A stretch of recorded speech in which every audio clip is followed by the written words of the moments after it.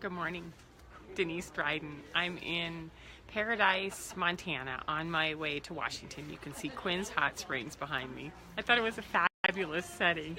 I was able to soak here last night and then again this morning, so I'm looking a little tired. Plus, it's like the last day of all of this moving. Today I arrive on Bainbridge Island and start that next chapter.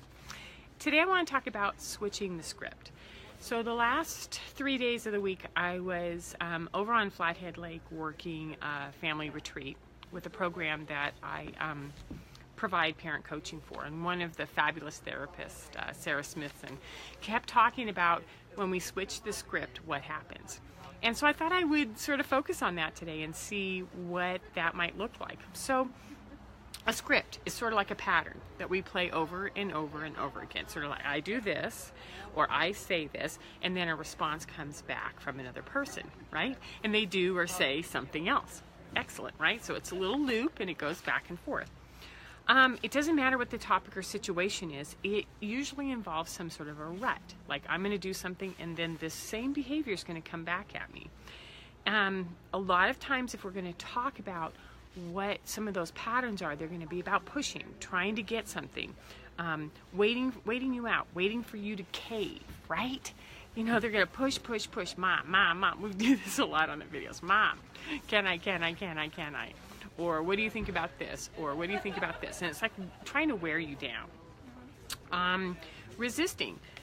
I'm going to play dead. I'm going to pretend like I didn't hear you. I'm going to procrastinate.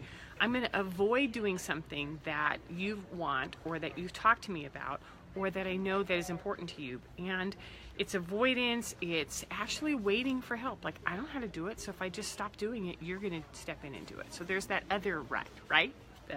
And then the third one is defying. Like, no, I'm not doing it. And sometimes that defiance isn't even really rehearsed or practiced or even conscious. It's about independence. It's obviously, most of the time, some incredibly bad timing, right? There's a procrastination, avoidance. There's all sorts of things involved in that. So what we have is we have pushing, we have resisting, and then we have defying. And all of these are blame that's going to go towards you if you don't play by their rules, right? And this happens in our parenting relationships and it happens in our partnerships. These are those unconscious patterns that bind us into this looping system over and over and over again with somebody else. And that loop, what do you do when you want to get out of that? Right? Oh, it says I got a low battery. Let's keep going here. So an example would be parents and chores, cleaning a room, garbage, getting them up in the morning, homework, school, backpacks, reminding, don't forget school schedules. And so what we do is we do these things thinking that we're on task. And then we get these consistent behaviors back, these expected reactions. They're defiant, they're avoided, they're blaming us. With our partner, sometimes it's decisions. Hey, where do you want to eat? I don't know. You decide, right? Food, movies, weekends, screen time. Are they present or are they checked out? Then there's also that whole intimacy thing, which is we can get into that rote behavior or we can start to bring some new changes into our relationship. Most of the time when this exists in our partnerships, there's indecision, there's lethargy, there's avoidance. It's sort of like I'm just stuck and I don't know what else to do.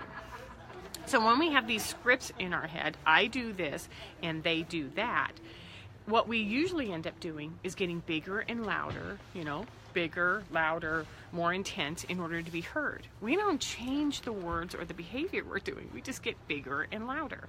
And it's kind of like that definition of insanity, right? Doing the same thing over and over again and expecting a different result. And the example that came up for me was Bill Murray in Groundhog Day. He gets up every morning and he realizes he's in the same script.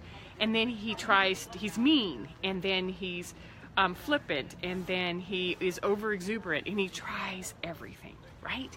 And he just keeps looping through the same responses. So when we decide to switch it up, to change the script, right? we set ourselves in a new direction. So if you can imagine, it's like we're on a wagon wheel and we just keep going around and around and around. And when we make a conscious decision to switch the script, we take off in a different direction. So we start going this way. And all of a sudden, everybody in the whole family system, in our partnership system's like, well, wait a minute, you changed something. If you changed it, what am I supposed to do? So it requires compassion for ourselves. Like, man, I got to change something, and it's going to be hard. And it's also going to be hard for you, because you and I, we've been doing this dance for a long time. When you change, when I make a change, then the people around me have to decide, what are they going to do? Are they going to join in? Or are they going to resist? Or, man, do they have to take ownership for some of that stuff that's theirs? And then the most important thing about when you switch the script is knowing that they're going to do, just a minute, my screen keeps, they're going to do everything in their power to slow it down, to bring you back to where you were, right? So how we switch it up is we decide what we want to be, what role we want to play, and what we want to do in our lives. Because we have to stop doing things for other people, because that's the system that we're in, right?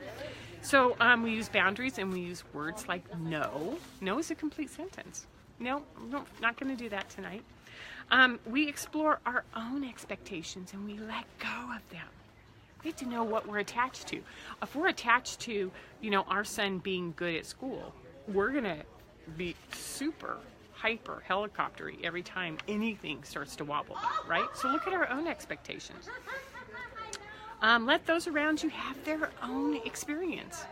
They're going to struggle, they're going to fail, they're going to be pissed off, they're going to have to deal with that. That's their stuff, not yours to handle. That's not your burden to carry, right? And speak to your own growth and your own discoveries, because those are the things that matter the most, right? So I'll give you an example.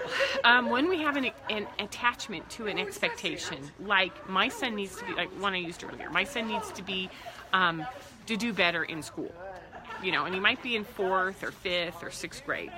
So this includes getting him up in the morning because he refuses to set his alarm or get himself out of bed. Doesn't necessarily have any way to manage his homework or do a checklist or make sure that the homework goes in the backpack. There's this whole backpack organization. And then there's this whole lunch and meals or money for food. When he waffles, when he doesn't do anything, you step in. Oh, you forgot your backpack, I'll take it to school. Oh, honey, eat something, and you're chasing him out the door with food. This is all ridiculous, right? Because we're not teaching them how to run their own script. We're doing their script for them. So, things that you could do is you could sit him down and say, you know what? I've been watching this video, I've been reading some books, and I'm going to change some things. I am no longer interested in managing you in your school. Whatever you do at school is your thing.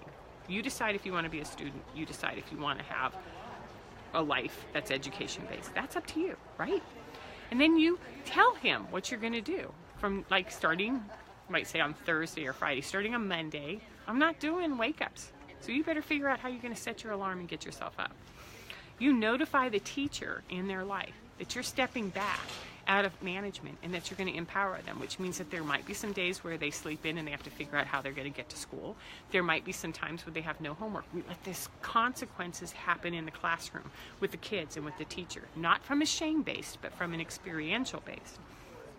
And then what you do is you need to take care of yourself, right? You need to get up and get ready in the morning. You need to do the things that you want to do. Put some music on. Change your own repetition. And when someone says, hey, I missed the bus, bummer. Use love and logic on it. What are you going to do about that? Because I'm no longer the last minute taxi. I told you I leave at 8 o'clock for class at 8:30. If you're not ready, start walking. This is the way we move it over into them. And then they're going to do everything.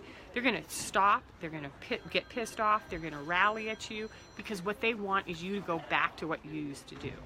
So it's not going to happen overnight, but it's changing the script, switching the script up is an investment in empowering our children. It's an investment in empowering ourselves. It's an investment in the future. So this is what I do. I'm a coach. I work with those who parent, those in relationships who are changing looking at changing some things, looking at making something better happen in their life.